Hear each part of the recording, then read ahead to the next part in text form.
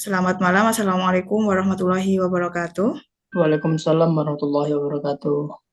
Waalaikumsalam Baik, warahmatullahi selamat malam teman-teman semuanya. Waalaikumsalam warahmatullahi wabarakatuh. Malam, Ibu. Malam. Mungkin bisa on cam semua ya. Oke, yang belum on cam bisa dinyalakan kameranya. Baik, sebelum memulai perkuliahan pada malam hari ini, saya izin untuk membacakan beberapa peraturan yang berlaku selama kelas online ini. Baik, silahkan buat teman-teman semuanya yang namanya belum sesuai dengan nama KTP, silahkan di rename ya, sesuai dengan nama yang ada di KTP masing-masing. Oke, ini adalah peraturan untuk perkuliahan online. Kemudian sangat disarankan untuk menggunakan komputer atau laptop ya, untuk memudahkan dalam komunikasi eh, dan juga melihat materi yang disampaikan oleh dosen pengampu. Kemudian diharapkan juga untuk join tepat waktu ya. Kami harapkan sebelum pukul 18.30 sudah join Zoom. Kemudian silahkan menggunakan pakaian yang sopan. Dan juga silahkan memilih tempat yang sesuai. Dan bisa diperhatikan pencahayaannya, kemudian background, dan juga suara yang mengganggu. Kemudian silahkan on cam ya, dinyalakan kameranya. Dan ini juga untuk menghargai orang yang sedang berbicara. Dan silahkan meminta izin ya saat tidak bisa menyalakan kamera. Kemudian silahkan mute ketika tidak sedang berbicara. Dan jangan memotong pembicaraan ya. Apabila kalian ingin berbicara atau bertanya, silahkan raise hand gitu. Kemudian nanti akan kami respon. Dan juga hindari multitasking. Jadi diharapkan kalian saat adanya perkuliahan benar-benar kalian itu mengikuti perkuliahan sehingga dapat memahami materi yang telah disampaikan dan materi yang didiskusikan di dalam Zoom ini. Begitu. Baik, itu adalah aturan untuk perkuliahan online. Dan sebelum memulai perkuliahan, mari kita berdoa terlebih dahulu. Berdoa dimulai. Berdoa selesai. Untuk selanjutnya, perkuliahan akan dimulai dan akan diampu oleh Bapak Agus Purnomo Sidi. Kepada Bapak Agus, dipersilahkan. Bismillahirrahmanirrahim. Assalamualaikum warahmatullahi wabarakatuh. Waalaikumsalam warahmatullahi Warahmatullahi wabarakatuh. wabarakatuh. Selamat malam, Ada Pak. respon berarti suara saya bisa terdengar dengan jelas ya. Ini kebetulan di tempat saya itu agak berbukit di lembah dan tepatnya saya di lembah, jadi sinyal handphone kadang-kadang agak susah. Jaringan internet pun tidak bisa masuk. Jadi, kalau yang paling laku di sini kan IndiHome ya, yang paling rame ya. Tapi sekelas IndiHome pun tidak bisa masuk ke daerah saya. Jadi dia mengandalkan sinyal dari salah satu provider. Semoga bisa lancar sampai akhir. Oke. Ini teman-teman angkatan berapa ya? 2024 ya? Iya, Iya, Pak, 2024. semester 1 ya? Betul ya, semester 1 ya. Baru Iya, pertama Pak. kuliah. Kalau kalau di absen saya itu ada 40 orang. Ini hadir 20 apa ada 100 orang. Iya benar. Biasanya 40 orang atau 100 orang ini? Ya, ada 40 di jadwal saya di presentasi. Akan saya 140. Hah? Yang betul berapa? 10 atau 40? 40, Pak, insya 40 Allah. orang atau 10 orang? Hah? biasanya emang 10. Kok banyak nggak masuk ya? Oke, kebetulan simakannya jadi simakan atau jaringan saya agak lemah. Suara saya nggak putus-putus ya? Aman, Pak. Aman, alhamdulillah. Oke. Udah, mungkin ada yang belum ada 30. Ini Gimana? manajemen aja atau gabungan, Pak? Kenapa? Ini prodi manajemen aja atau gabungan?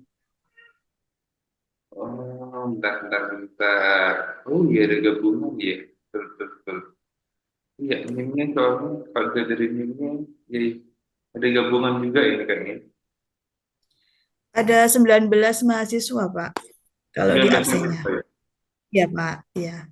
Tapi di absen saya ada 36. Baik. Tapi gabungan sebenarnya. Emang ada gabungan. Dari prodi sebelah juga ada. Oke. Tapi prodi manajemen semua kah? Iya, Pak, ini manajemen semua. Ya, oke. Oke, kita mulai perkuliahannya. Saya izin apa namanya share slide. Oke. Oke ya, sebenarnya saya pengen pakai background kayak teman-teman, cuman kok saya tadi nyari di Google Drive-nya itu tidak ada nama saya, jadi saya masa pakai punyanya orang lain kan juga nggak enak. Jadi background saya agak berbeda dari teman-teman ya, karena itu tadi nggak ada, belum dibuatin mungkin sama timnya. Semoga nanti dibuatin biar bisa pakai sama-sama. Oke. Oke, oh iya, sebelum kita masuk ke materi, mungkin baru semester pertama kan belum banyak yang kenal juga. Saya juga pengen tahu latar belakang teman-teman juga. Oke, Bu Tias, Bu Tias Rahmi, bisa Ya, Pak. dibagi anunya apa mentimeternya Oh ya, baik, Pak. Sebentar. di apa di Zoom aja di Zoom Saya chat itu kirim di chat Zoom ya, Pak ya. boleh. Sudah saya Berarti kirim. ya, nanti bisa dibagikan. Oke, biar teman-teman bisa melihat. Oke. Sudah, Pak? Sudah, oke. Sudah bisa diterima? Oke, teman-teman mungkin bisa diakses. Kita kenalan dulu, kenal lebih dekat. Ya, katanya kalau pepatah orang-orang zaman dulu itu tak kenal maka tak sayang. Katanya seperti malu bertanya, ya jangan bertanya. Enggak ya, malu bertanya sesat di jalan. Nggak tahu, sekarang masih apa nggak ya anak SD sekarang? Dihafal nggak itu? Sudah masuk semua kan? Sudah? Sudah, Pak. Siap, sudah. Oke, terima kasih. Oke, kita mulai pertanyaan pertama. Oke. Ya, karena begini tadi cepat-cepat jadi apa namanya typo. Anda berasal dari kota mana? Silakan diketik. Anda berasal dari kota mana? Saya biar tahu nih semuanya dari kota Malang kah atau dari mana gitu. Kok gak ada yang jawab ya? Oh, cuma satu Malang. Oh, Malang. Satu orang. Jawab Malang. Yang lain nggak ada. Seharusnya kan kita ada 10 orang. Ya. Tapi yang jawab baru satu orang. 10 orang saya sama Bu Rahmi berarti harusnya sini. Gunung Kidul, Yogyo. Di Jogja ada banyak kampus ya. Kenapa kalau Asia ya? Menarik. Ada lagi yang lain?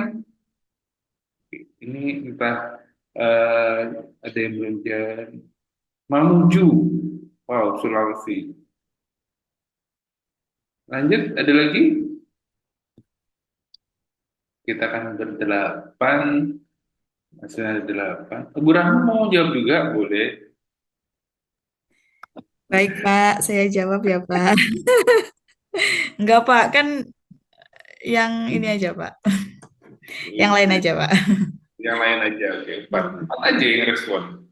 Yang 4 sisanya lah, ya 50% lah menjawab. Kita ada 10, masuknya ada 8, yang jawab 4, oke. Baiklah, terima kasih. Sudah mau jawab, kirain tadi ada 40 orang. Ternyata kita ada 4 responden. Oke, sudah. Kalau boleh tahu, kira-kira usianya itu rentangnya berapa ya di sini? Usianya masih 17-22 atau 23-28, atau 29-34, atau 35-40, atau sudah seusia saya, di 23-28. 23-28. Oh, masih ada. Oke, oke. Ya, kita cuma 4 responden, jadi ya, berarti emang masih muda-muda semua ya. Oke, pertanyaan terakhir. Nah, pekerjaannya apa ya?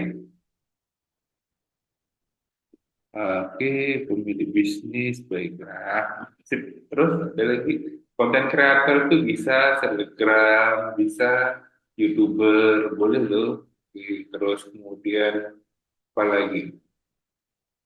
Pegawai, kebanyakan pegawai. Oke,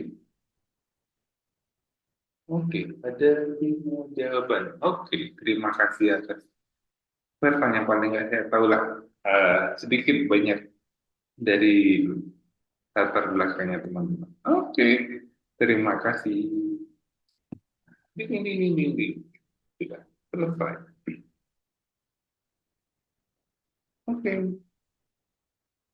Sebentar berarti saya nih. Share screen saya sudah ke sini ya. Oh, saya keliru share screen tadi. Oke, baiklah. PowerPoint sudah. PowerPoint Google Slide saya sudah nampak. Kah?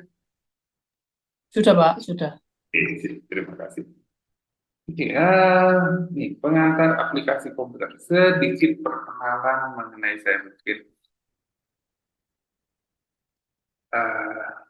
Ya, saya lahir di Kota Batu. Jadi kalau mungkin dari Malang, mungkin Malangnya di Kota Batu juga. Di kita tetanggaan gitu.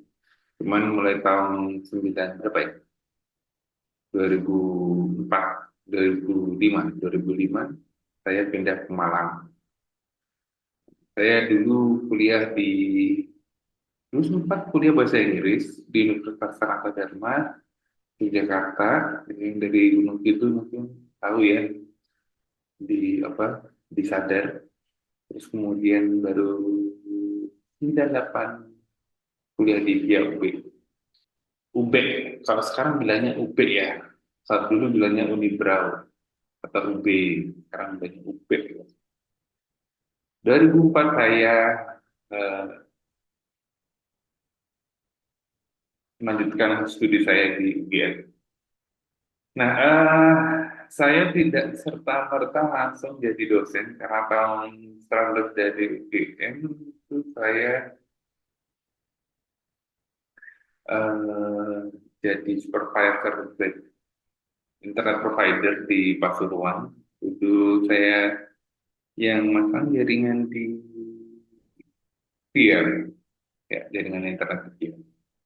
Terus kemudian tahun 2008 ditarik ke Jakarta jadi account manager. Tahun 2011 saya balik lagi ke Malang karena ada satu dan lain hal jadi balik ke Malang. Dan baru tahun 2015 saya bergabung di Institut Asia Malang. Itu cerita sedikit mengenai saya. Dan saat ini berarti saya sudah hampir 10 tahun di Institut Asia Malang ya, 2015. Jadi saya di Institut Asia Malang sebagai dosen di program studi manajemen. Itu sedikit cerita mengenai saya, ya. Kemudian saya mau cerita sedikit mengenai kegiatan perkuliahan kita nanti selama eh, 7 pertemuan, ya. 7 pertemuan ini nanti tujuannya kenapa ngapain sih teman-teman kok belajar apa mata kuliah pengantar aplikasi komputer, karena tujuannya adalah teman-teman bisa mempraktikkan aplikasi perkantoran untuk pekerjaan pada umumnya dan kegiatan perkuliahan pada khususnya. Karena nanti pada akhir semester, akhir nanti kan teman-teman mau lulus kuliah itu harus membuat yang namanya tugas akhir. Selain itu, di kegiatan perkuliahan lain tentu teman-teman nanti diminta untuk buat macam eh, laporan buat tugas-tugas kuliah, ya, itu juga butuh aplikasi-aplikasi yang akan kita bahas pada hari ini, pada mata kuliah ini. Nah, metode pembelajarannya di seminar saya ngobrol seperti ini, dan mungkin nanti ada praktek dan nanti ada ujian akhir semester. Beberapa nanti akan ada tugas-tugas sedikit untuk mengetahui progres kemampuan dari teman-teman. Seperti itu. Nah, materinya kita berbicara mengenai komputer, ya, komputer. Terus kita bicara mengenai internet, surel, penyimpanan daring, pengolah kata, pengolah angka, alat bantu presentasi, sama pengelola referensi. Ini materinya sekitar ini. Ini nanti akan dimanfaatkan selama 7 pertemuan. Ini ada Google Form, formulir yang belum dimasukkan. Nah, ini materinya. Kita untuk pertemuan pertama ya kita kenalan dulu, terus bikin kontrak kelas. Kontrak kelas itu semacam perjanjian, ya. Apa yang boleh do dan don't, apa yang boleh dilakukan dan apa yang tidak boleh dilakukan di kelas, ya. Ya, terus kita akan belajar mengenai komputer, Explorer, Perambah, dan email. Oke, minggu depan kita belajar Google Drive dan Google Form. Iya, terus pertemuan selanjutnya aplikasi pengolah angka itu kita pakai Google Sheets, ya.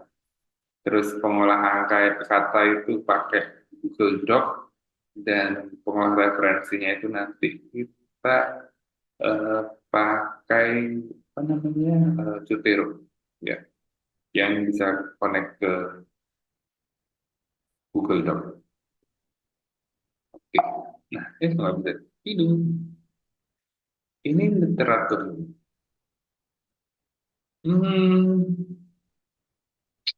Literaturnya tidak harus dibeli karena di online pun juga ada banyak. Jadi teman-teman boleh pakai secara online, ya. Oke, jenis pertemuannya kita. Oke. Ini kayaknya saya masih pakai template yang lalu lupa diperbaiki, ya, karena dulu ada Google Classroom. Sekarang kita pakai Google Classroom, ya. Sekarang pakai itu Teachable, ya. Ya, terus pakai aplikasi Zoom buat kita seminar seperti ini, dan nanti biasanya kalau kumpulan tugas-tugas kita pakai Google Form, termasuk UAS. Seperti itu. Semuanya kita pakai pakai Zoom dan pakai Google Form serta aplikasi Teachable. Oke, selanjutnya ini tata tertib di kelas saya. Ini kayaknya kalau di kelas, ya. Ya, ini kalau di kelas saya itu sebenarnya merokok itu yang mengganggu adalah asapnya, ya. Jadi tapi kalau di kegiatan perkuliahan secara online pun kalau merokok saya pikir kurang etis juga, jadi tetap saya lakukan tidak boleh merokok selama kegiatan apa namanya perkuliahan. Terus kalau kebelet pipis jangan ditahan ya. Oke, jadi kalau mau apa namanya mau punya hajat mau ke belakang, silakan aja take notes di apa di chat mau izin ke belakang sebentar boleh ya. Jadi jangan ditahan. Terus yang ketiga ini adalah saya ingin teman-teman itu hadir di kelas ini. Di kelas saya itu hadir dalam keadaan sadar tanpa terpengaruh minuman keras, obat-obatan, dan kenangan mantan. Itu yang paling susah, kenangan mantan itu bisa dilupakan katanya. Jadi kalau Pak tadi mau berangkat kuliah, mau buka laptop, terus di depan kok ada mantan sudah dibonceng yang lain, jadi kepikiran terus, tolong dipinggirkan. Terus yang keempat, ya kan sebenarnya di kelas saya itu, kalau di kelas saya itu makan boleh, yang nggak boleh itu adalah nggak bagi-bagi, apalagi ke dosennya nggak bagi-bagi itu ya, gimana kebangetan banget ya. Nah, jadi kalau secara online karena nggak bisa bagi-bagi, akhirnya ya sebaiknya dilarang makan waktu kegiatan perkuliahan. Karena kan enak juga lagi konsen ke kuliah, tiba-tiba ada salah satu teman yang lagi makan, yang lainnya padahal di sekitarnya nggak ada makanan sama minum, kan hanya melihat kok, jadi nggak. Terus yang kelima, yang ini pojok kiri bawah ini coba cari posisi senyaman mungkin buat teman-teman, karena eh, ini namanya belajar butuh konsen, mengajar pun juga butuh konsen kadang-kadang, jadi butuh tempat yang kira-kira nyaman ya. Terserah mau sambil duduk, mau sambil berdiri, mau sambil tiduran, terserah. Kan sekarang zamannya kaum rebahan kan ya, jadi mungkin kalau dengan rebahan bisa masuk ya silahkan. Terus yang keenam, ini eh, sebaiknya sih selama kegiatan perkuliahan on cam, biar kita saling tahu, saling kenal, biar nanti kalau bahasa dulu kan kopidar, kalau sekarang apa ya kan temu offline itu tetap ya, kopidar ya. Ya kalau mau ketemu offline jadi tahu, bisa saling sapa ya. Dan yang terakhir adalah untuk kenyamanan bersama, kalau tidak berbicara tolong di mute. Kadang-kadang suara yang masuk kan di belakang kan kadang-kadang kita nggak tahu ya, suaranya itu bisa mengganggu kegiatan perkuliahan. Jadi tolong di mute, kecuali kalau sedang mau bicara silahkan di unmute. Itu peraturan di kelas saya. Ada yang ditanyakan? Oke, teman. Untuk yang on cam itu berlaku untuk semua ya, Pak?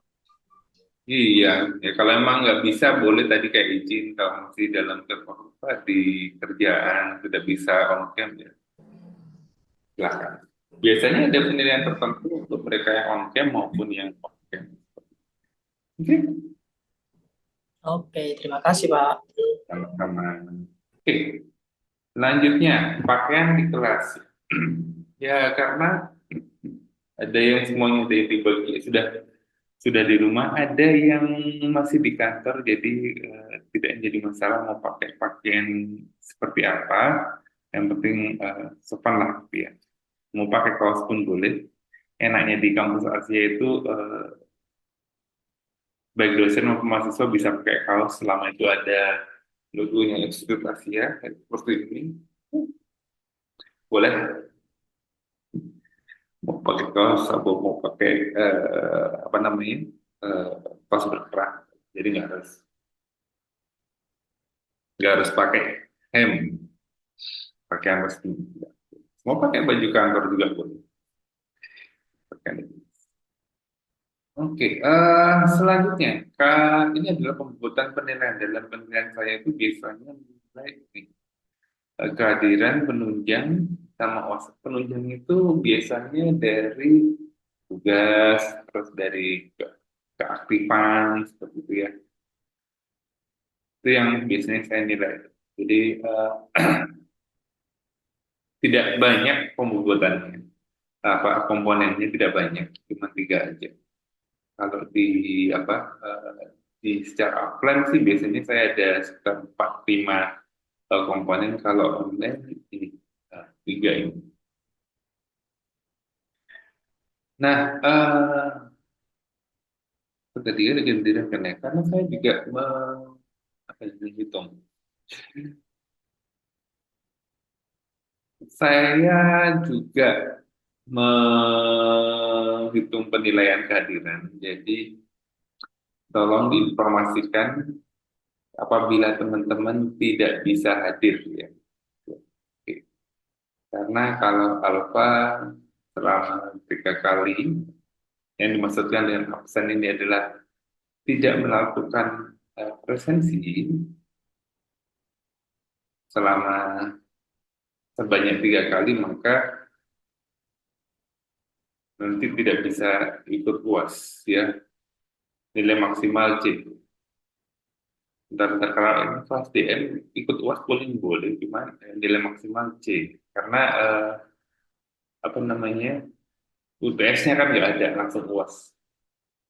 Kalau presensinya gimana ya Bu Rahmi di sini di kelas DM? Dosennya mengabsen sendiri atau ada absensi khusus? Oh, nanti yang dari saya Pak absennya, Pak. Oke, baik, terima kasih. Ya, baik Pak. Oke, itu. Berarti ini nggak perlu ya, nanti kawan langsung hubungi ke dosen koordinator. Jadi kalau bisa masuk sakit izin atau ada keperluan ya. Nah, berarti nggak perlu juga ini. Ini adalah contoh-contoh alasan buat tidak masuk kelas. Jadi saya pengen teman-teman itu fair, jujur aja. Kenapa nggak bisa masuk? Kalau teman-teman lagi males kuliah, terus minta izin, terus bilangnya izin sakit padahal sehat, nah, hati-hati. Karena ucapan itu adalah doa. Jadi kalau teman-teman bilangnya sakit, ada kemungkinan teman-teman nanti juga sakit sih. Karena adalah ucapan tadi adalah doa. Ini saya benar-benar ngambil dari izinnya teman-teman. Ini udah tahun berapa? 2018 ya, udah lama ini. Nggak saya ganti-ganti. Ini benar-benar yang saya ambil chatnya saya dari mahasiswa itu. Ya kalau yang bucin itu lebih pentingin sama calonnya, izinnya ya udahlah, karena memang mungkin calonnya itu anaknya pejabat, jadi sayang kalau harus dilepaskan, jadi lebih memilih atau mungkin ibu-ibu muda yang masih jagain anaknya, pembantunya masih nggak ada, masih pulang kampung gitu. Jadi izin nggak bisa hadir juga ada. Atau mungkin yang kayak pemilik bisnis, mungkin bisa ada pemilik bisnis yang nggak bisa datang karena harus jaga tokonya atau konternya harus dijaga. Oke, seperti itu. Udah. Nah, ini enaknya sih kalau di kelas plan, jadi tahu lebih dekat sama mahasiswa, tahu karakteristik mahasiswanya. Oke. Jadi ada penelitian yang menyebutkan bahwa karakteristik seseorang itu bisa dilihat dari preferensinya, dari pilihan-pilihan yang dia sukai, dia yang nyaman, dia yang apa ya, cintai. Nah, itu bisa membentuk apa, bisa kelihatan karakternya. Ini ada apa namanya, 4 bentuk ya, shapes ya. Shapesnya itu ada 4, 1, 2, 3, 4. Yang pertama itu apa namanya, wujudan karya kotak ya, ada kotak. Terus yang kedua ada segitiga, yang ketiga ada diamond, permata, dan keempat ada lingkar. Nah, teman-teman boleh jawab di chat ya, pilih yang angka berapa yang menurut teman-teman dari keempat bentuk ini. Kalau disuruh milih, kira-kira teman-teman suka yang mana? Nanti kita bahas pilihan dari teman-teman itu, karakternya seperti apa sih karakternya teman-teman.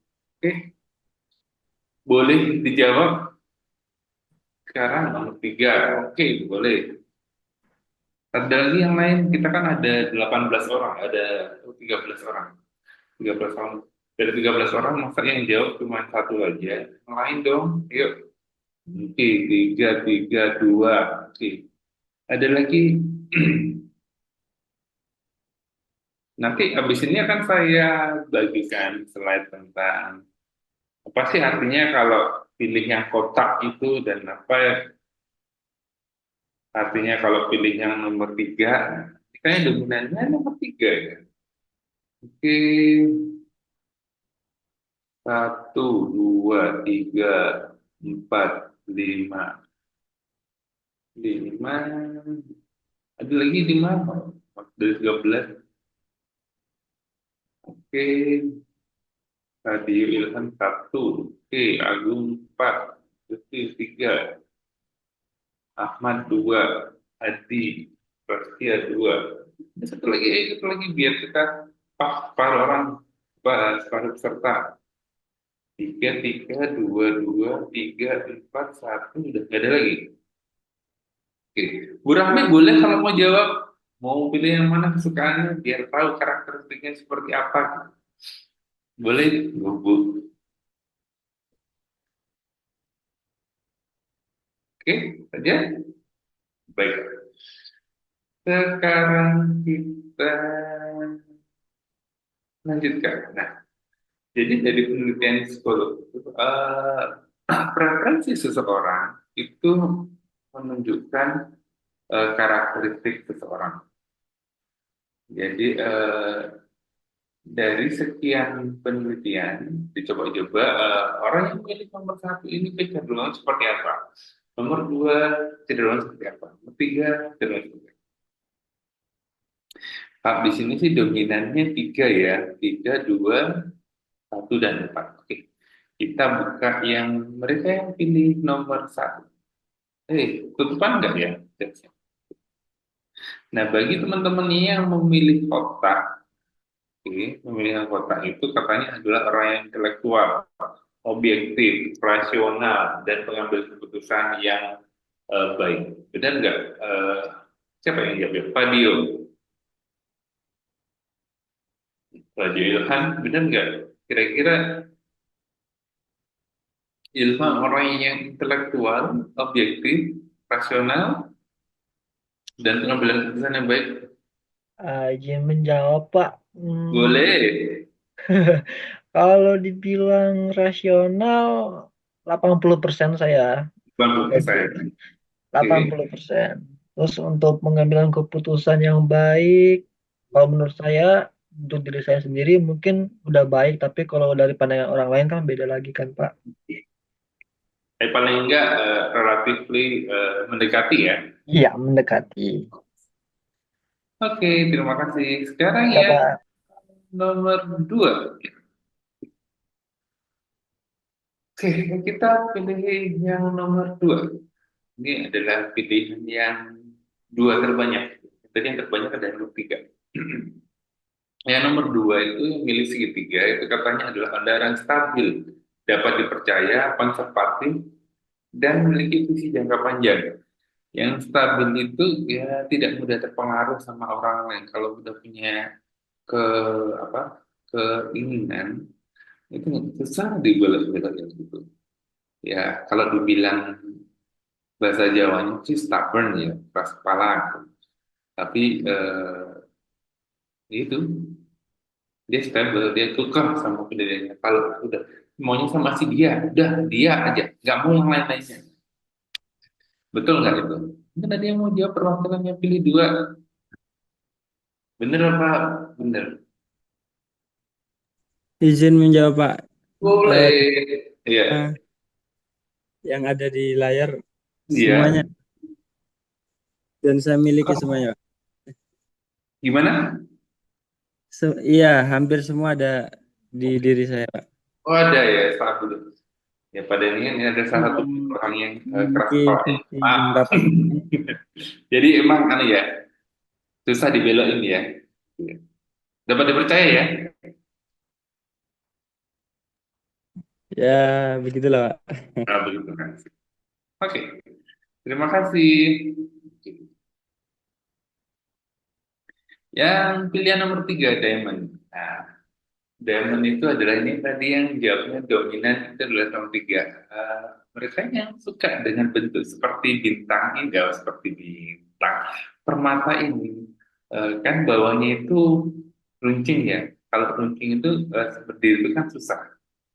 Jadi dia itu suka berubah-ubah ya. Bukan suka berubah-ubah, tapi nggak puas dengan adanya status quo. Kalau orang itu lagi cepat bosen. Jadi dia pengen selalu mencoba sesuatu yang baru, berani mengambil resiko, dan selalu ingin berbeda.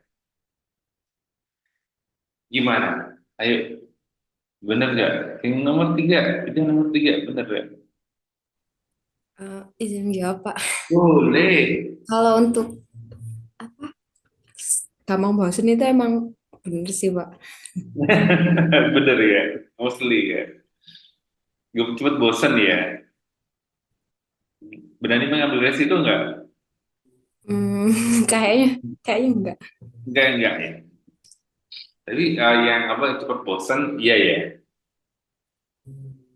Kalau monoton, malas ya. Cepet bosen. Oke, terima kasih. Pak Rizka. Oke. Nah, sekarang adalah mereka yang menjawab nomor 4. Ada Maula Ika Putri Samsudi. Agung. Cuma 2 orang yang menjawab. Tapi ini adalah mereka yang suka dengan bentuk yang keempat. Lingkaran itu adalah ini. Katanya seperti ini. Ya. Bener nggak buat Agung sama Putri? Bener atau enggak? Aduh, Agung, kok diam langsung menghilang? Enggak ada. Ya Pak, Hah? Bener nggak? 100% Pak. 1000%, 1000%. Iya betul. Kalau saya boleh tanya, yang biasa seperti ini cewek atau cowok? Yang selalu mikirin ini. Kurang tahu ya Pak, karena saya sudah menikah jadi aman-aman aja. Aman-aman aja ya. 1000% Pak. Betul sekali. Betul, Betul, betul. Sangat betul. Oke. Kalau menurut Putri gimana Putri? Maula Ika Putri. Bener atau salah? Nggak ada jawabannya. Gimana? Enggak, Pak. Hah? Enggak kalau menurut saya. Oh, Saya enggak. asal milih tadi. Oh, gitu. Enggak. Tapi kalau kamu yang biasa mikir seperti ini cowok apa cewek? Ya mungkin tergantung pribadi orangnya kali. Oh, gitu. Ya semua manusia mungkin kayak gitu ya. Tapi Wih. nggak tahu saya juga. Betul.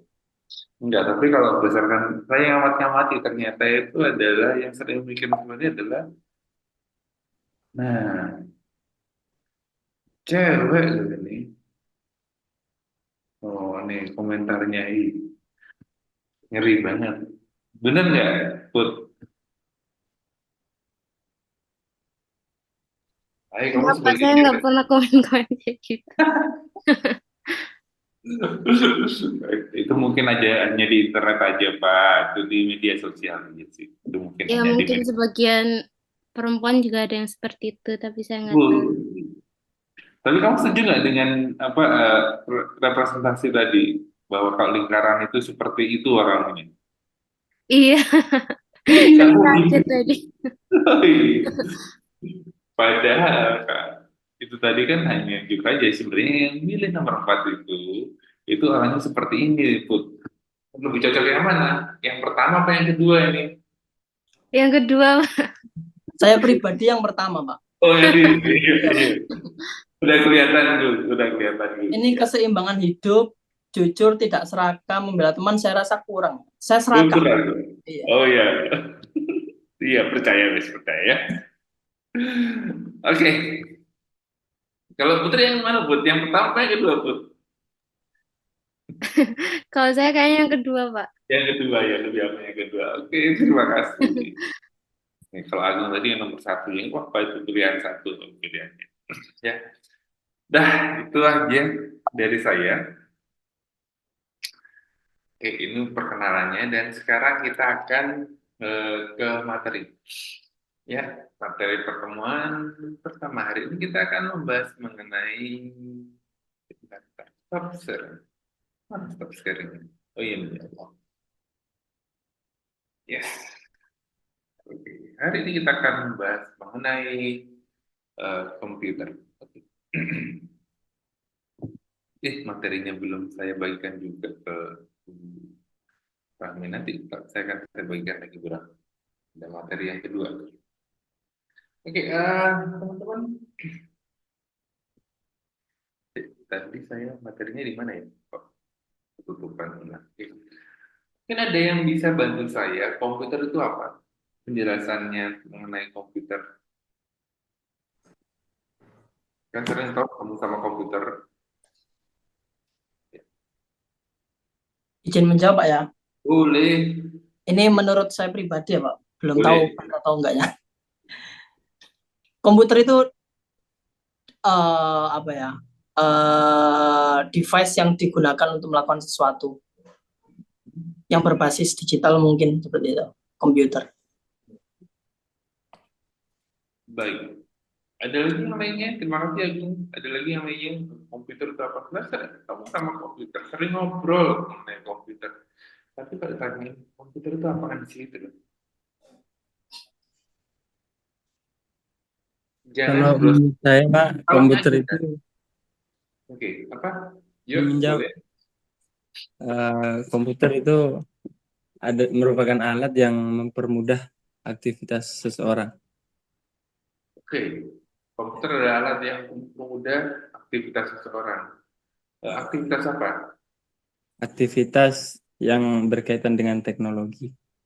Oh, berkaitan dengan teknologi. Oke, baiklah. Ada lagi yang lain?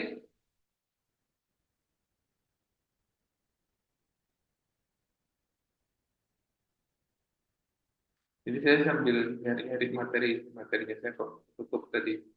Jadi hari ini. Aduh, komputer.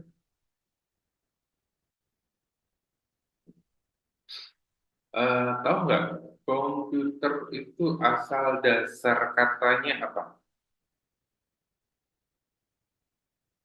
Kan komputer asal dari apa? Dari bahasa Inggris atau komputer.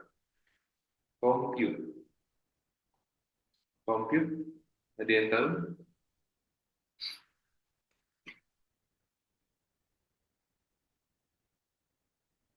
Ayo, ada yang tahu? Komputer apaan compute? Bahasa Inggrisnya berasal dari kata compute. Compute adalah aktivitas menghitung, ya. Compute menghitung. Dan kalau ada R-nya, R-nya, ada R-nya komputer, itu kalau dalam bahasa Inggris, R itu adalah tambahan itu pelakunya. Jadi kalau ada paint, lukisan, pelukisnya disebut dengan painter. Terus kalau ada aktivitas lari, itu bahasa Inggrisnya run. Kalau pelakunya adalah run. Nah, kalau compute itu menghitung dan berarti kalau komputer adalah pelaku yang melakukan perhitungan. Itu asal dasar katanya, ya. Dan kebetulan sekali komputer yang pertama di dunia itu adalah alat hitung. Kalau digunakan zaman perang di apa di Amerika sana untuk menghitung, mencatat jumlah apa namanya itu peralatan perangnya itu, nah itu dengan bantuan komputer.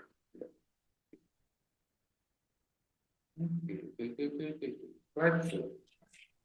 Kontrol enter.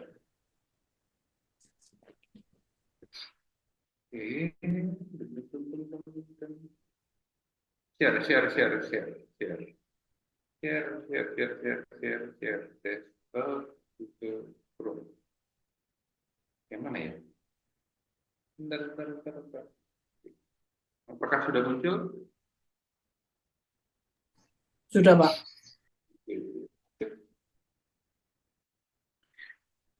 Ngilangin gimana ini? Hilang floating. High floating meeting. Ini komputer. Nah, kalau floating itu kadang-kadang mempunyai menemukan hal ini. Komputer adalah common operating machine purposefully used for technological and educational research. Ini benar ataukah benar? Nah, ini sayangnya sumbernya nggak diketahui dari mana. Tapi ya kalau kesepakatan bersama, bukan kesepakatan bersama, kalau dari sisi saya browsing itu, ini kayaknya hanya sekedar cocokologi. Cocokologi apa? Cocok-cocokan lah. Ini dipaksa-paksain. Pokoknya C common, O operating, M machines, P purposely used for technological and educational research. Jadi mesin operasi yang digunakan untuk penelitian teknologi dan pendidikan. Ya nggak ada salahnya sih, tapi ya bukan itu dasarnya. Ada beberapa penjelasan mengenai definisi dari sebuah komputer itu. Ada 4 ya. Tapi kalau menurut KBBI itu Kamus Besar Bahasa Indonesia ya, komputer adalah alat elektronik otomatis yang dapat menghitung, mengolah data dan mengolah data secara cermat menurut yang diinstruksikan ya, dan memberikan hasil pengolahan serta dapat menjalankan sistem multimedia yang terdiri dari unit pemasukan, unit pengeluaran, unit penyimpanan, serta unit pengontrolan. Nah, kalau menurut KBBI itu adalah satu perangkat yang bisa kita kasih perintah dan dia bisa menjalankan perintah itu, baik secara otomatis maupun dengan bantuan menunggu aba-aba ya. Dan terdiri dari unit masukan, unit pengeluaran, dan unit penyimpanan, serta unit pengontrolan. Pengontrolan itu adalah pemrosesan. Nah, ini adalah macam-macam komputer ya. Dari segi pemanfaatannya itu ada yang PC itu bukan serta-merta PC yang biasanya teman-teman lihat bisa buat game atau di dalam di kantor. Sebenarnya PC itu adalah singkatan dari personal computer. Komputer yang diakses untuk satu orang. Bisa sih untuk beberapa orang, cuman gantian. Bisa sih beberapa orang, tapi yang benar-benar berinteraksi langsung itu cuma satu. Ya.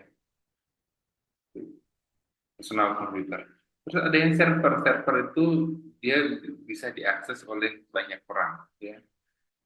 Di server. Jadi datanya ada di server, terus banyak orang bisa mengaksesnya. Nah, mainframe itu sebenarnya hampir sama dengan server, tapi dia punya kecepatan yang lebih cepat daripada server. Karena apa? Biasanya untuk diakses oleh banyak orang. Kalau server mungkin dalam satu kantor aja, kalau mainframe mungkin bisa diakses oleh beberapa cabang dari kantor seperti itu. Dan sedangkan superkomputer itu yang dia butuh bisa diakses oleh banyak orang, terus kemudian prosesnya cepat, bahkan bisa mengerjakan pekerjaan yang kompleks sekaligus superkomputer. Oke, kalau dilihat secara fisiknya itu ada yang namanya komputer, ada yang namanya desktop. Kenapa dibilang desktop? Desk itu adalah meja, top itu di atas. Jadi desktop adalah komputer yang ada di atasnya meja. Itu yang biasa kita lihat ya. Nah, kemudian ada yang namanya laptop. Lab itu pangkuan. Ya, lab itu pangkuan. Top di atasnya berarti adalah komputer yang biasa dipangku. Ya, selain itu ada yang bilang, Pak, laptop sama notebook itu beda atau sama? Itu pertanyaannya sama kalau teman-teman ditanyain antara iPad sama tab itu sama atau beda? Ya kurang lebih sama sih ya. Ukurannya antara 7 sampai 12 inch dan pakai layar sentuh. Nah, seperti itu. Kalau laptop sama notebook itu sebenarnya hanya perbedaan, awalnya adalah perbedaan dari pemilik brand, pemilik kalau nggak salah dulu itu antara IBM sama Hewlett ya. Laptop sama notebook. Kenapa kalau dibilang laptop? Karena di atas pangkuan. Kalau notebook karena bentuknya seperti buku catatan, jadi bisa dibuka, ditutup, berhenti, ketik-ketik gitu, seperti itu. Bisa ditulis terus notebook. Oke, nah itu notebook. Dan yang terakhir ada yang namanya palm top. Palm top itu kalau tadi desktop itu ada di atas meja, desk. Nah, kalau laptop itu di atas meja, di atas pangkuan, dan kalau palm top itu ada di atas telapak tangan, palm top. Ini adalah generasi pertama dari komputer yang di atas telapak tangan.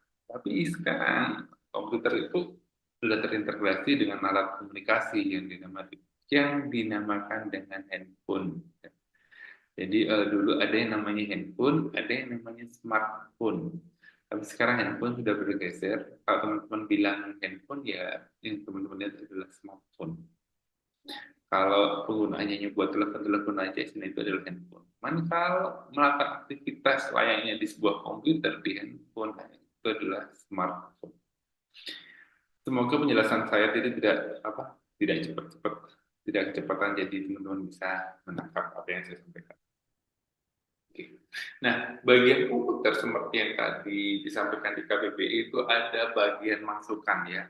Bentar. Bagian komputer ini adalah perangkat kerasnya. Oke, perangkat keras itu adalah perangkat yang bisa kita lihat secara kasat mata dan dapat dipegang.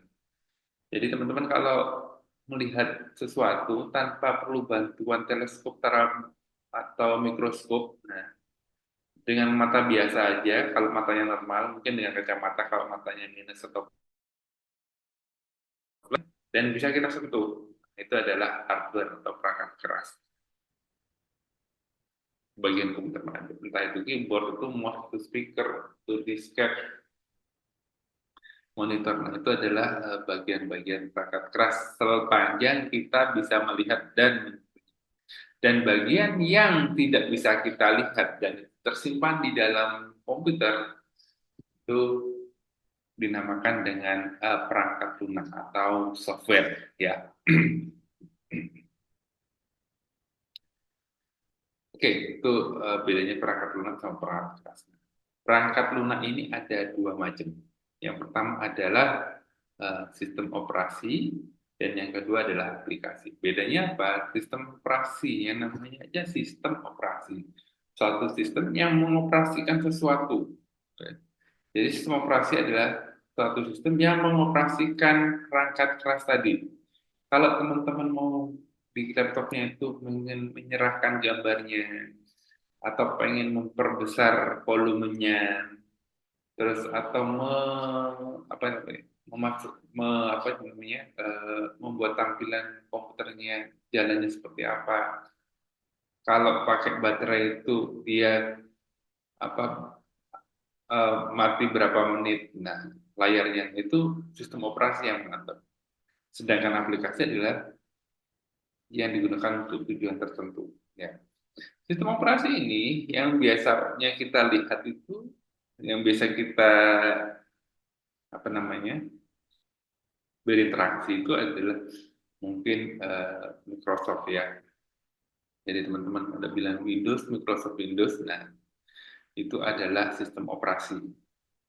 Terus mungkin kalau teman-teman kenal dengan Penguin Gendut ini adalah Linux, dan ini adalah OS X. OS X adalah sistem operasi yang ada di perangkatnya Apple.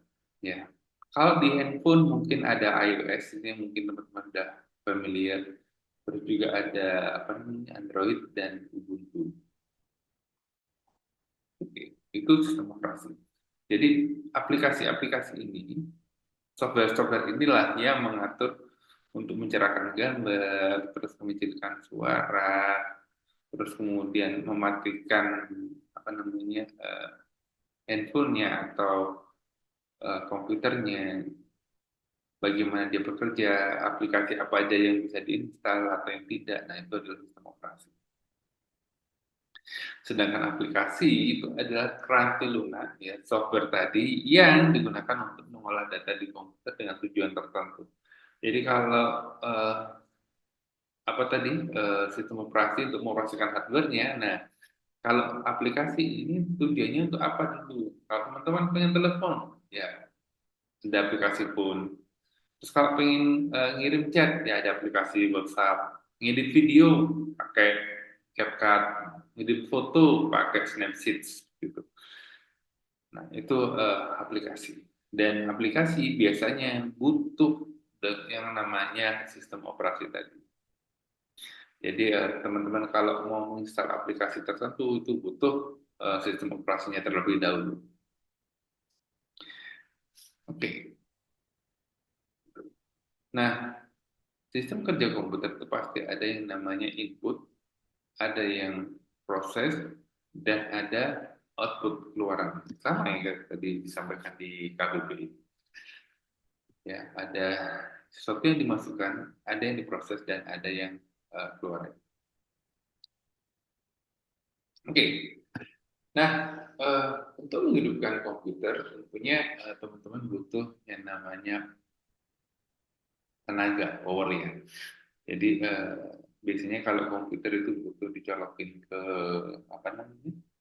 ke colokan listrik ya, ke listrik listrik, atau kalau menggunakan laptop teman-teman bisa menggunakan baterai. Keduanya adalah sumber listrik. Ya, seperti itu. Ini soalnya sambil meraba-raba ini apa jenis ini PowerPoint-nya itu udah lama saya. Ini yang lama ini. Oke. Ketika menghidupkan komputer itu menghidupkan listrik itu layaknya menghidupkan lampu listrik. Ya. Saya pikir teman-teman dapat familiar dengan ini, tombol seperti ini. Ternyata tombol ini itu tidak hanya sekedar aksesoris gambar-gambar di sini tuh. Ini adalah lambang. Lambangnya adalah angka 0 dan ini angka 1. Yang artinya apa? Kalau teman-teman pencet di angka 0 itu berarti teman-teman memerintahkan untuk memutus aliran listriknya. 0 artinya adalah tidak ada listrik. 0 adalah kosong, kosong adalah 0, 0 tidak ada apa-apanya. Kalau 1 berarti itu ada sesuatu, yaitu ada listriknya. Jadi kalau teman-teman mau menghidupkan lampu ada tanda seperti ini 0 dan 1, berarti yang 0 itu pasti untuk mematikan lampu, memutus aliran listrik, dan 1 untuk menyambung aliran listrik sehingga nyala. 0 dan 1. 0 sama 1-nya terpisah. Kalau di teman-teman di laptop mungkin sudah jarang melihat logo ini, ya 0,1. Karena sekarang berubah menjadi seperti ini ya. Ini adalah gabungan dari angka 1 dan angka 0. Di mana angka 1 itu untuk menghidupkan dan angka 0 untuk mematikan. Jadi untuk menyalakan atau menghidupkan komputer dan mematikan komputer ada di tombol ini. Nah, ketika teman-teman memencet tadi tombol power yang tadinya komputernya mati atau nggak ada powernya, teman-teman akan digiring ke halaman, biasanya sih ada welcome screen-nya ya, welcome screen. Cuman beberapa fitur welcome screen itu langsung diabaikan. Teman-teman langsung masuk ke tampilan layar awal. Nah, welcome screen itu biasanya untuk perangkat kerasnya, komputernya itu pengen tahu yang pakai itu siapa sih. Kalau yang pakai katakanlah Pak Agus, nah berarti nanti tampilannya seperti apa. Tapi kalau nanti yang pakai Bu Tias, tampilannya seperti apa itu bisa. Tapi secara umum, ketika teman-teman nyalain komputer, dia akan masuk ke yang namanya desktop, di tampilan layar awal. Nah, ya, kalau di Windows ini adalah namanya desktop ya, desktop. Hampir sama dengan nama komputer. Sebenarnya saya juga bingung ini dulu desktop ini awalnya gimana kok ini juga bisa nama desktop. Karena ada kerancuan buat teman-teman itu kalau bilang desktop, saya bilang desktop itu di pikiran saya adalah komputer yang di atas meja. Kalau teman-teman itu desktop ya ini Pak yang gambar awal. Ya nggak salah juga sih. Nah ini adalah tampilan awal dari sebuah sistem operasi. Nah, dari sini sistem operasi teman-teman bisa mengatur suaranya di sini. Terus bagaimana terhubung ke jaringan, mau pakai kabel atau pakai WiFi. Kalau ada WiFi, pakai WiFi yang mana? Nah, itu yang mengatur adalah sistem operasinya. Kalau di handphone, Android-nya yang mengatur. Teman-teman mengakses WiFi-nya siapa, itu pakai memerintahkan Android. Nah, untuk memulainya itu kalau di handphone itu ada yang namanya launcher ya. Kalau di komputer itu ada yang namanya start menu. Start memulai, menu untuk memulai. Dan dari sini teman-teman baru bisa memilih aplikasi apa. Teman-teman maunya apa? Kalau mau ngetik buat paper, buat tugas-tugas, nah, bisa buka aplikasi Microsoft Word. Kalau mau katakanlah ngedit foto, mungkin bisa cari aplikasi Photoshop kalau sudah diinstal di situ. Nah, kalau pengen tahu di komputer ini isinya ada apa aja, itu teman-teman bisa menggunakan, kalau di Windows itu pakai yang namanya File Explorer. Kalau dulu namanya Windows Explorer, sekarang udah berubah menjadi File Explorer. Saya mulai kapan dia berubah menjadi File Explorer? Kayaknya mulai Windows 10 jadi File Explorer. Nah, oke, ada nggak di File Explorer? Nah, ini kan File Explorer. Nah, ketika teman-teman mencari File Explorer, kalau tidak ketemu, teman-teman bisa pakai yang namanya menu search bar di sini. File Explorer. Nah, kalau sudah ketemu File Explorer di sini, teman-teman bisa klik dan terbukalah aplikasi bernama File Explorer. Di sini teman-teman akan melihat, bukan melihat bisa mencari tahu File Explorer itu di dalam komputer itu ada file apa aja, ada berkas-berkas apa aja. Ya. ada apa aja sih di komputer itu yang tersimpan di komputer itu, karena di komputer itu tidak hanya sekedar menyimpan sistem operasi dan aplikasi, tapi juga bisa bisa dalam bentuk berkas-berkas yang lain, entah itu berkas foto, berkas dokumen, berkas video, nah, semuanya ada di sini. Mencarinya di mana? Di File Explorer. Oke, udah. Ya, ini biasanya sih kalau saya di apa namanya, di kelas reguler itu kita praktek. Cuman karena ini agak online, jadi kita praktek. Oke, selanjutnya kita berpindah ke yang namanya browser.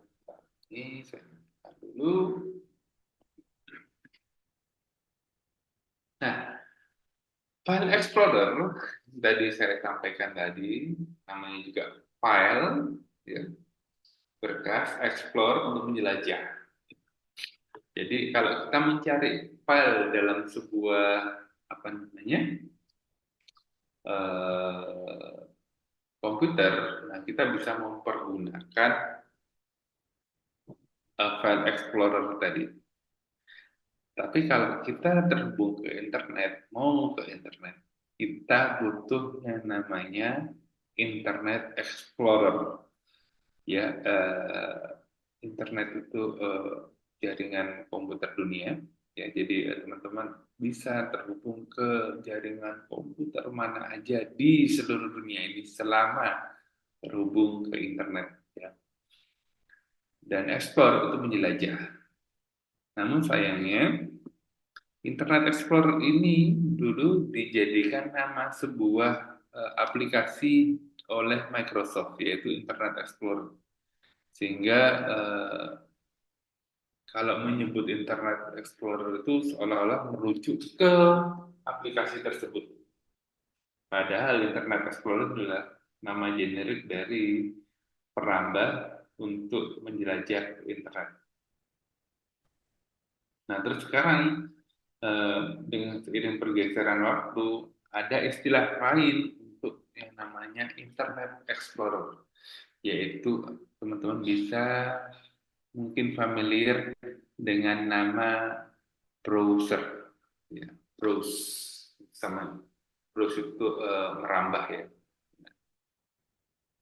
Nah, mungkin teman-teman bisa menyampaikan di kolom chat, kira contoh-contoh di browser itu seperti apa? Ada yang bisa sampaikan? Safari, Pak. Oke, benar, Safari. Ada yang lain lagi? Selain Safari? Chrome, Oke, ya. Safari, Google Chrome. Nah, Google Chrome Mozilla. terus juga ada Firefox, Mozilla, ada Opera.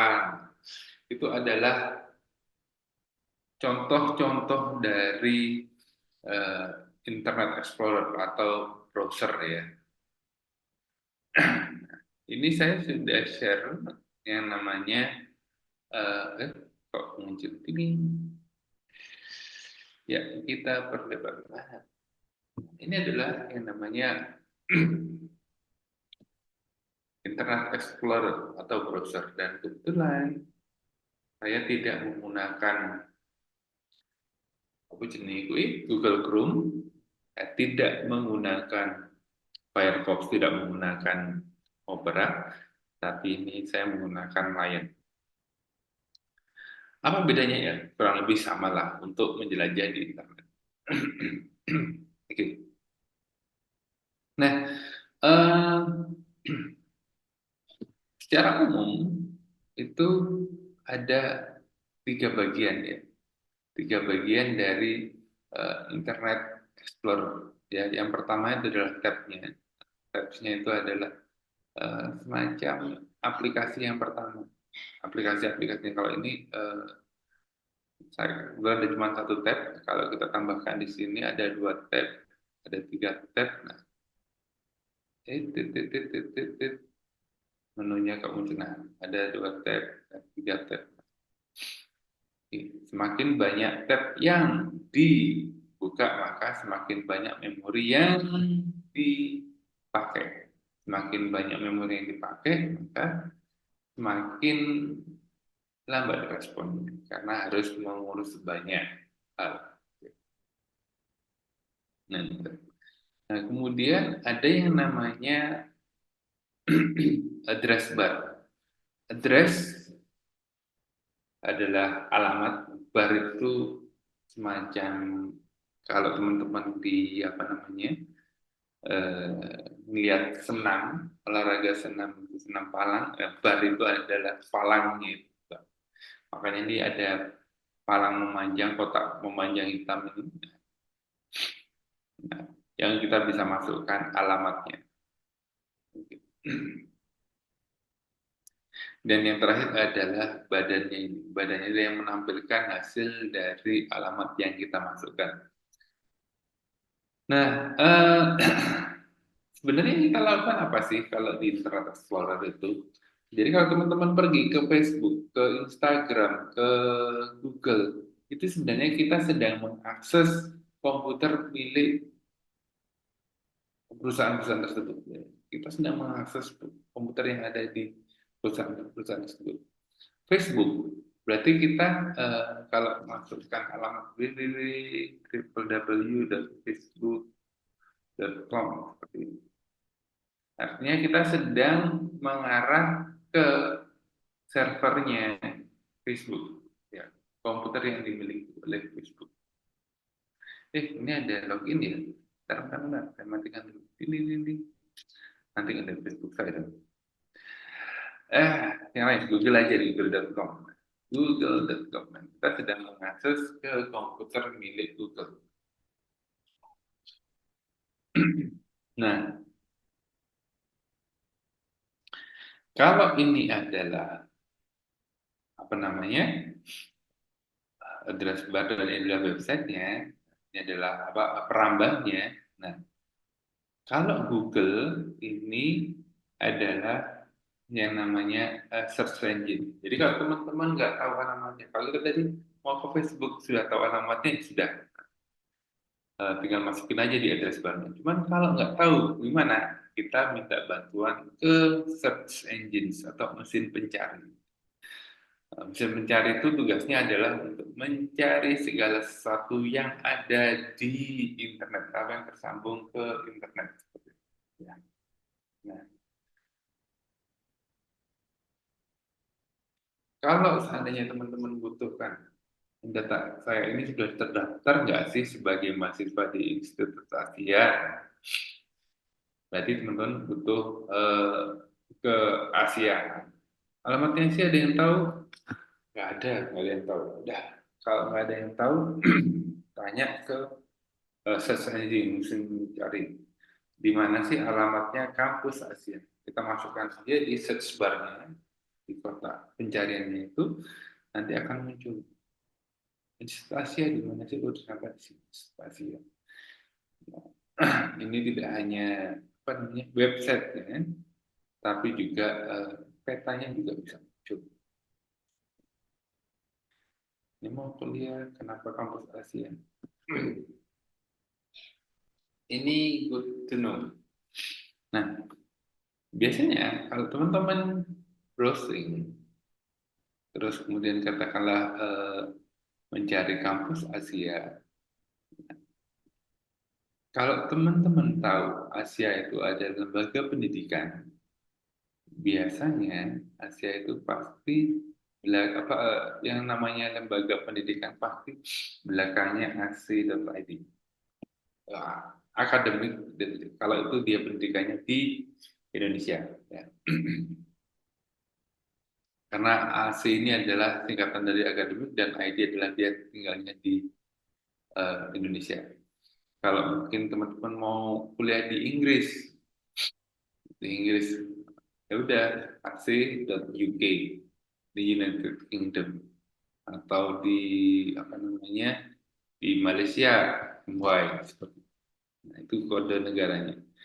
Itu kalau lembaga pendidikan pakai AC, dan kalau seandainya pakai apa namanya ke instansi pemerintahan itu biasanya pakai go.id.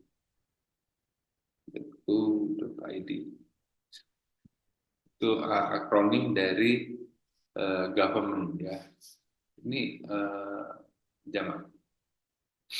Dan yang terakhir adalah mungkin kalau tidak ada itu yang biasa umumnya adalah pakai commercial thing. Jadi untuk buat commerce .com.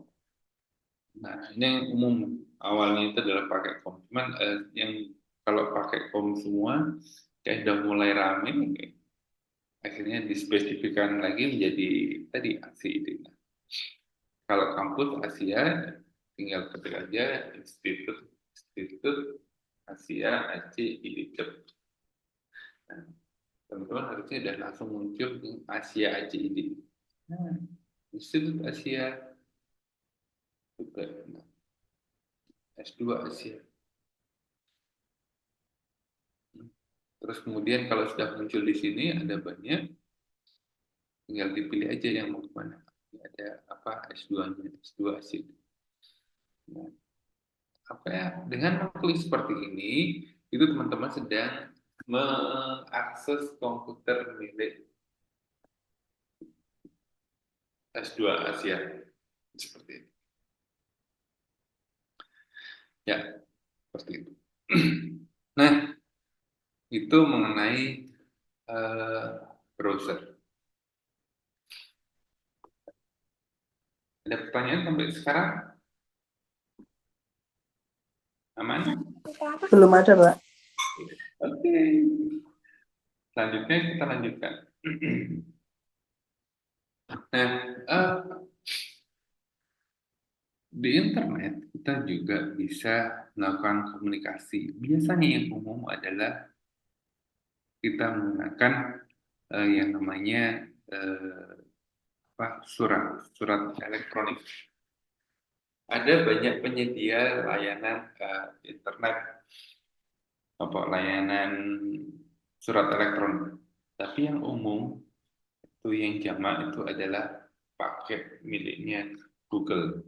Nah, kalau kita pengen punya akunnya Google, akun emailnya, maka kita daftar dulu di akunnya Google. Boleh pakai email.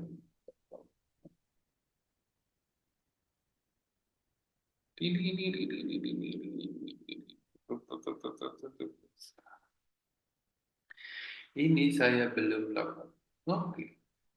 Bentar. Terpakai.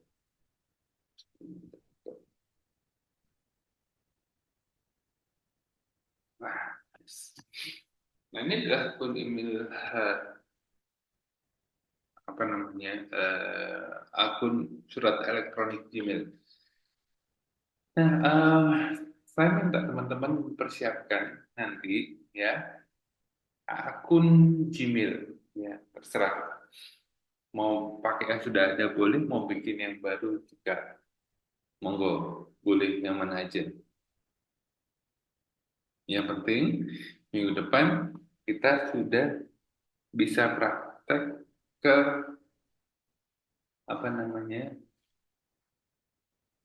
ke Google Drive-nya, Google Drive sama Google Form. Kalau teman-teman sudah punya akunnya, tinggal dimasukkan aja akunnya. Cuman kalau belum punya, teman-teman bisa create account. Nah, create account itu bisa pakai personal use untuk pribadi, atau untuk anaknya, atau untuk kerja. Ini bikinnya personal use, tinggal diisikan perintahnya apa, first name, last name dimasukkan, nanti di next, sampai akhirnya terbuat punya akun Gmail. Oke, kebetulan ini saya masuk sebagai ketiga.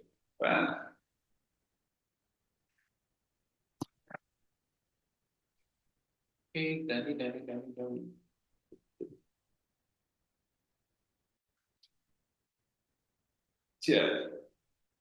Nah,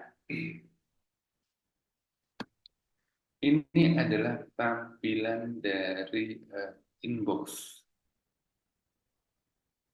Inbox, in di dalam box kotak.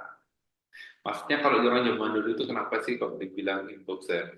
Karena orang zaman dulu itu di Amerika sana, dia punya kotak khusus kecil, ya.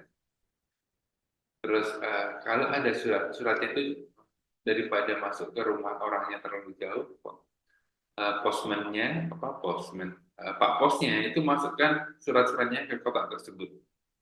Makanya ya inbox dimasukkan ke dalam kotak. Ini inbox itu adalah kotak masuk dari teman-teman kalau sudah punya akun Gmail tadi. Oke, di sini ada kotak masuk. Ini adalah email-email yang diterima, yang saya terima. Ini adalah pengirimnya, ya, yang bagian kiri ini. Dan ini adalah subjeknya. Subjek itu adalah topiknya. Email ini mengenai apa sih? Nah, terus ini ada preview sedikit mengenai isi dari suratnya. Dan yang terakhir adalah ada tanggalnya. Tanggal kapan itu dikirim atau diterima. Ya.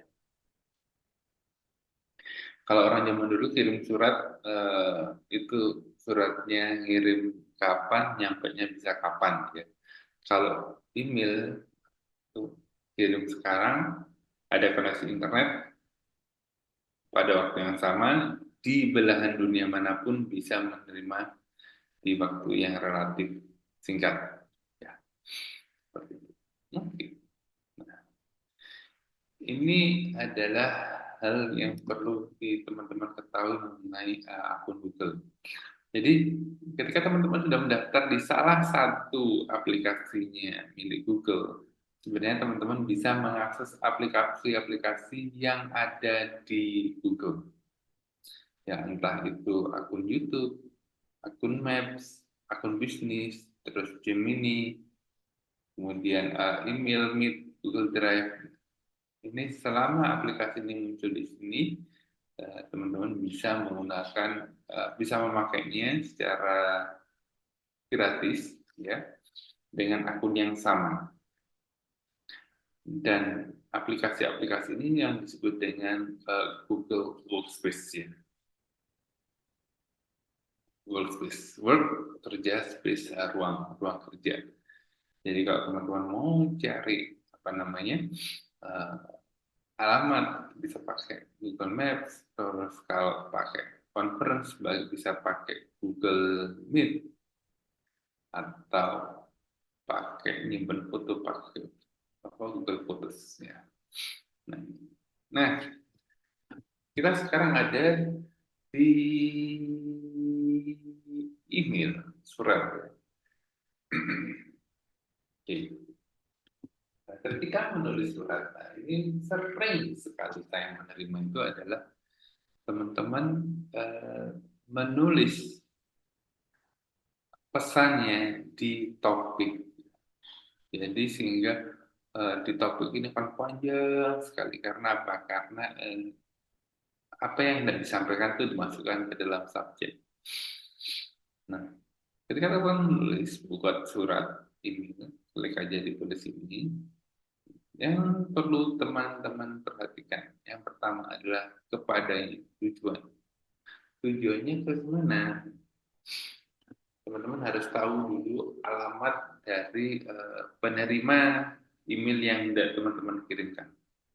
Katakanlah, saya mau mengirim pesan ke agus.ps@asia.ac.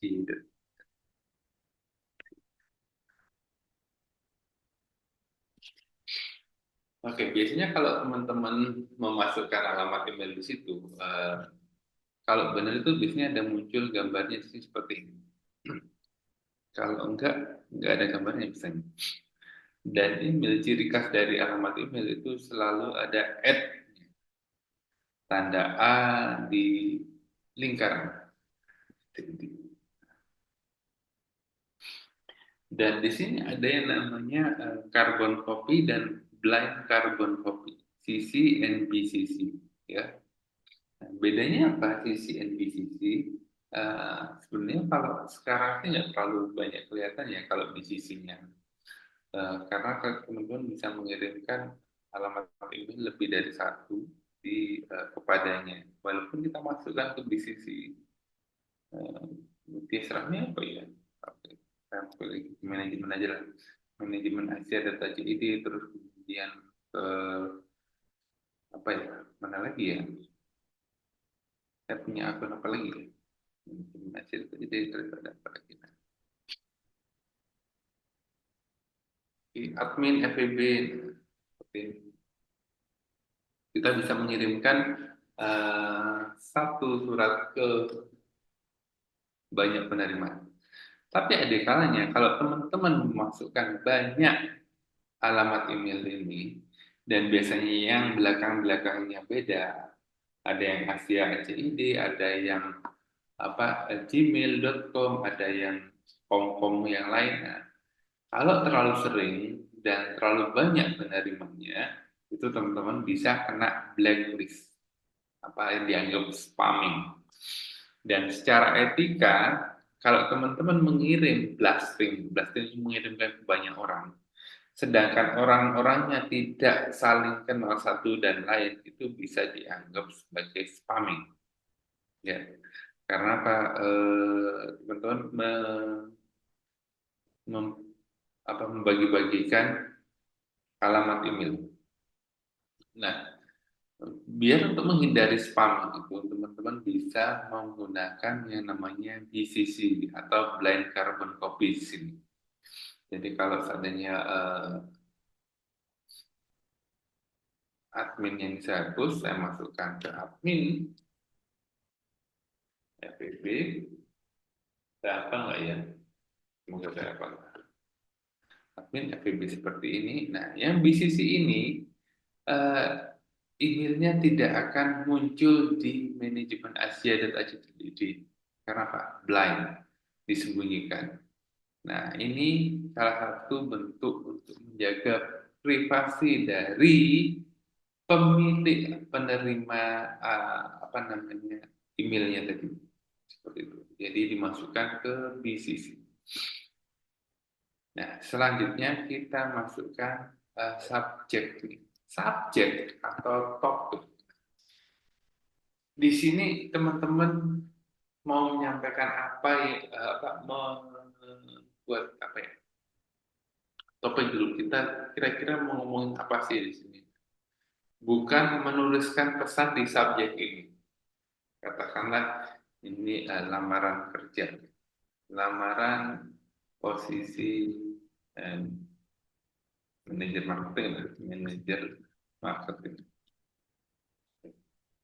Baru teman-teman menuliskan, mengungkapkan apa yang tidak disampaikan itu di badannya. Ini badan suratnya. Ya. Seperti ini. Jadi bukan menuliskan pesannya di sini, bukan subjeknya. Pak, maaf izin. Boleh? Ini layarnya hanya di saya atau gimana? Sepertinya nge-freeze, Pak. Nge-freeze? Ini saya hanya di lihat saya, tampilan. di saya juga ya, Pak. Ya. Baik. Oke, terima kasih. Bentar. Mana Google? Zoom. Ini mana Zoom? Share. Nih. Oke.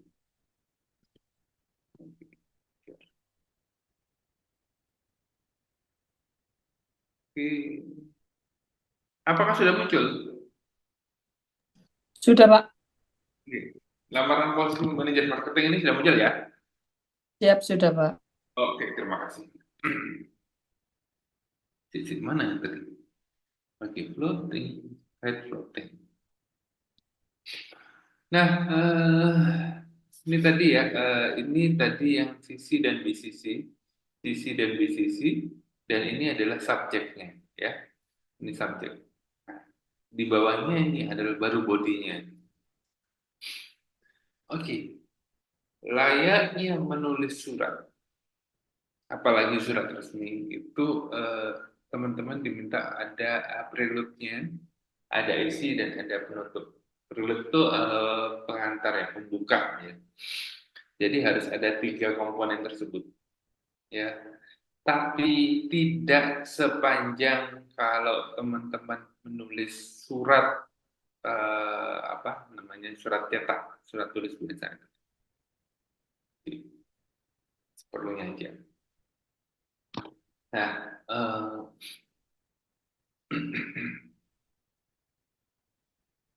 pertama ketika menulis itu salam dulu. Kalau karena kita menulisnya itu tidak tahu kira-kira penulisnya menerima kapan, teman-teman bisa menggunakan kata yang umum dengan hormat atau salam hormat atau yang lainnya. Oke, salam hormat. Oke. Kalau teman-teman baru pertama kali menghubungi orang tersebut, sampaikan dulu perkenalan diri. Contohnya, nama saya Agus. Salam hormat. Kenalkan. Perkenalkan. Saya Agus. Oke. Saya adalah dosen di Asia. Dosen di Asia. Nggak usah panjang-panjang. Langsung ini latar belakang prelude-nya itu juga ada, pengantarnya juga ada sedikit lah. Lalu ini lamaran posisi manajer marketing ya. Oke. Berarti bukan jangan dosen dong. Maka saya Agus berdasarkan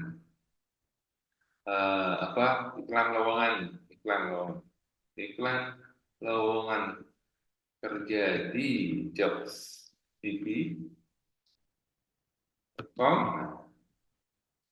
Perusahaan Bapak sedang membuka lowongan kerja bidang dengan posisi manajer marketing. Oke. Manaker.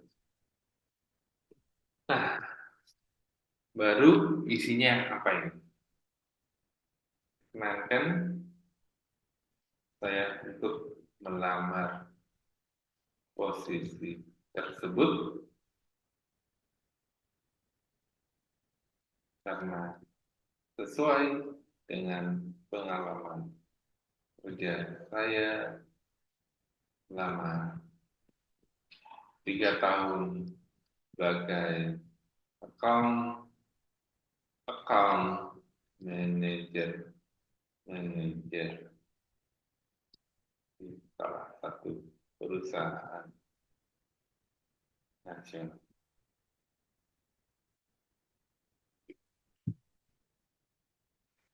Nah, ini enaknya kalau kita ketik di Google, ada autocorrect, ada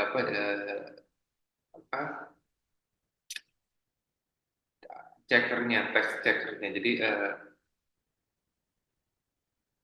dia akan mengecek kata-kata mana yang kita mungkin typo. Bersama ini saya sertakan CV untuk dapat menjadi pertimbangan. Oke, baru bentuk demikian surat ini saya sampaikan. Terima kasih atas perhatian dan kesempatan yang diberikan. Saya tunggu kabar baik dari.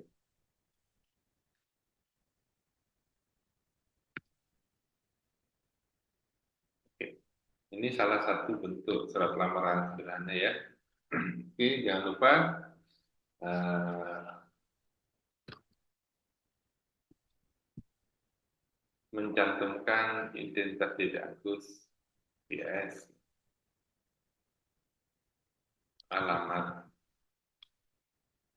nomor handphone, dan WA seperti itu. Nah, dalam mengirim email itu teman-teman juga bisa menyertakan atau melampirkan, bahasa Inggrisnya attach ya, melampirkan, menyertakan dalam surat itu berkas yang dibutuhkan. Kalau misalnya mencantumkan WA, apa mencantumkan CV, berarti saya bisa masukkan CV di sini. Kalau yang dicantumkan itu adalah gambar, teman-teman bisa masukkan langsung gambarnya, sisipkan gambar.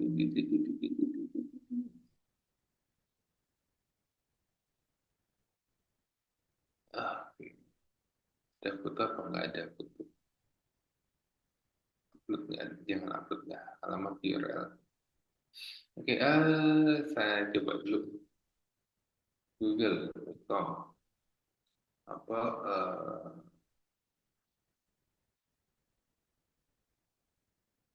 gambar apa ya? Ada yang kasih saran tokoh aktor yang ganteng siapa?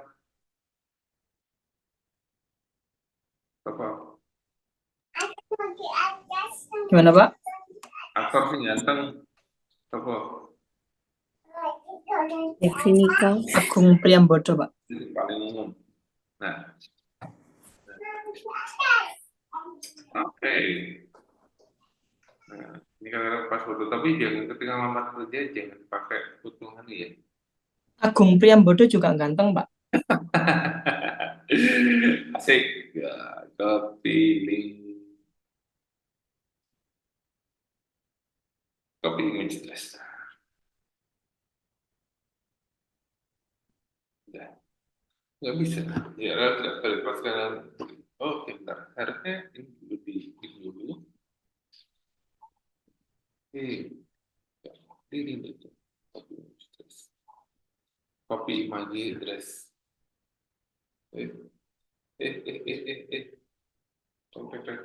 Mantap. Dadah. Sisipkan gambar. Nah, ketika sisipkan gambar itu bisa masuk ke dalam body suratnya, badan suratnya, seperti ini.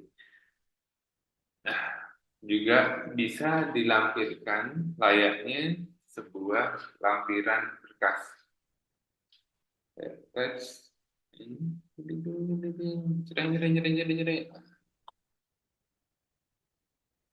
ini kalau mau mengirimkan, aduh ini gambar apa ya? Kok berbahaya ini. Kita cari yang file kecil-kecil aja, proposal 744 ya bisa kecil. Ini kalau mengumpulkan berkasnya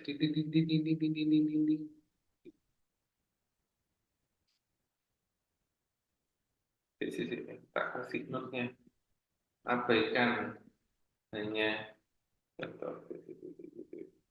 Nanti kalau diterima teman-teman bingung untuk abaikan hanya sekedar lagi ya.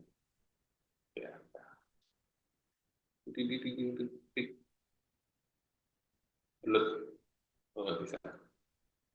Belumnya ada di sini Pak ya, tempat saya ini. Kalau di judul nggak bisa dihibur. Kenapa tidak bisa dihibur? Karena judul mungkin. Baiklah, munculnya malah reading. Dah.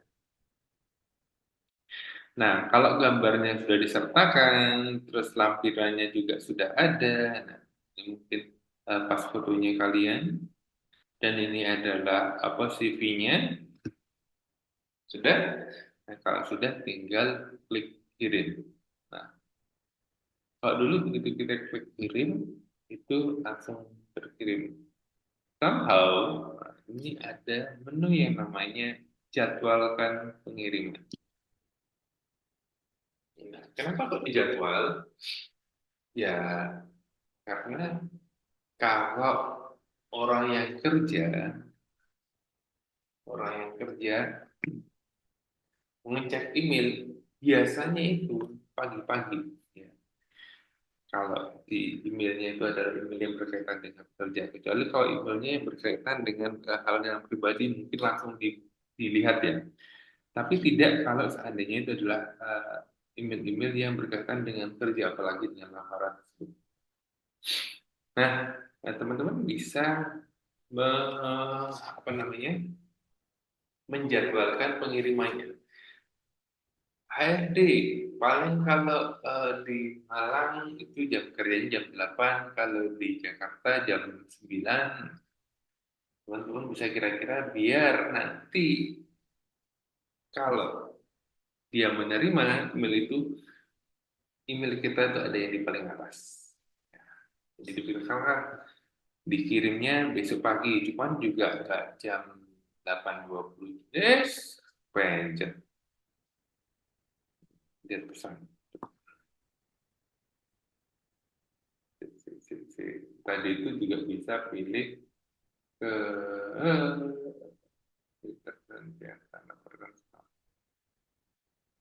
membatalkan pengiriman.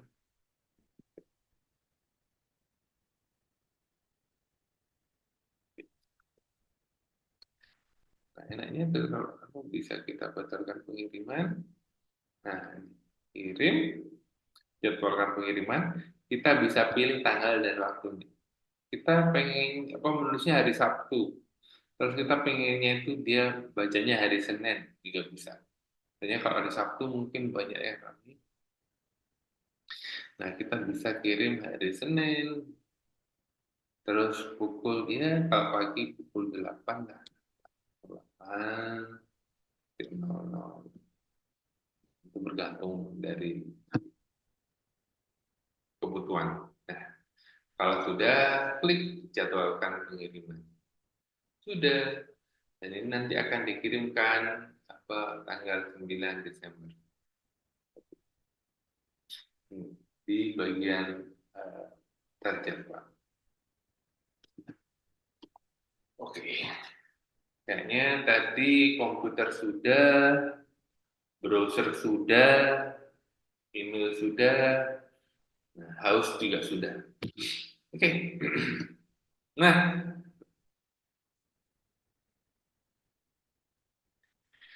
oke, sampai sini ada pertanyaan kah? Caranya untuk ngeblok email-email spam itu gimana ya, Pak? Cara untuk ngeblok email spam. Ya.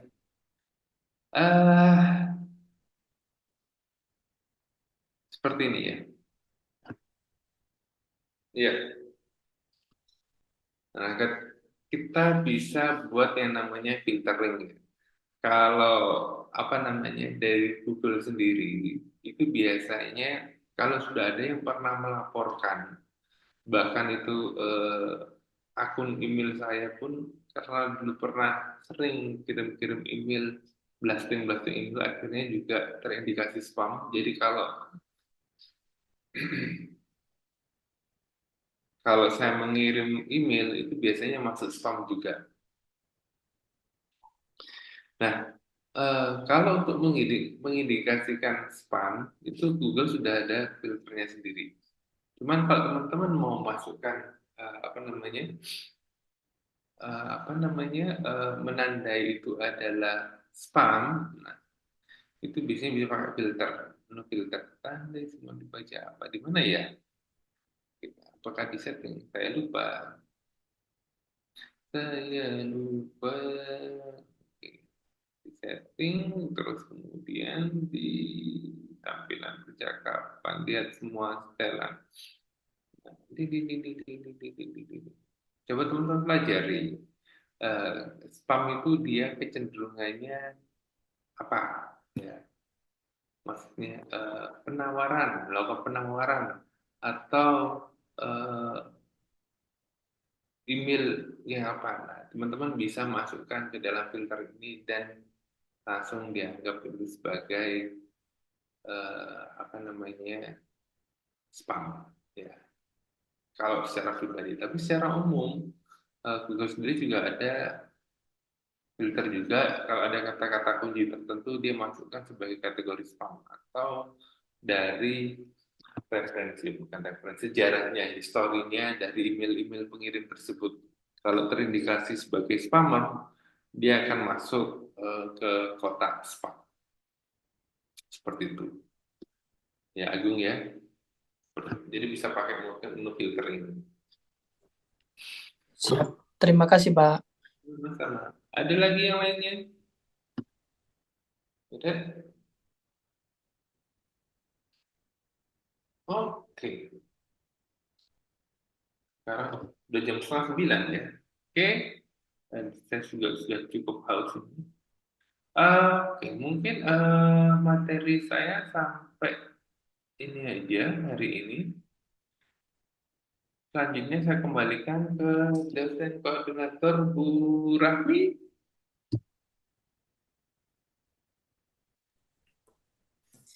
Baik, Pak Agus, sudah ya Pak ya? Hah? Sudah ya Pak ya? Belum ditutup. Oh, iya. Eh, dari mahasiswa ada yang ingin ditanyakan ke Pak Agus mengenai materi yang telah disampaikan malam ini? Sudah dijawab Pak Agus. Oh, sudah semuanya ya. Baik, kalau sudah mungkin itu ya Pak ya, materinya sudah selesai Pak ya. Ya, sudah. Baik, mungkin itu tadi materi mengenai pengantar aplikasi komputer yang telah disampaikan oleh Pak Agus Purnomo. Semoga apa yang telah kita dengarkan tadi dapat bermanfaat dan dapat dipahami dengan sebaik-baiknya. Sudah di absen ya? Sudah di absen kan? Sudah saya absen, Pak. Oh, udah di absen. Ya, saya lihat dari partisipan di sini, Pak. Oke, ya. Iya, Pak. Iya, yang hadir ada 11 orang, 11 mahasiswa. 11 mahasiswa dari 19.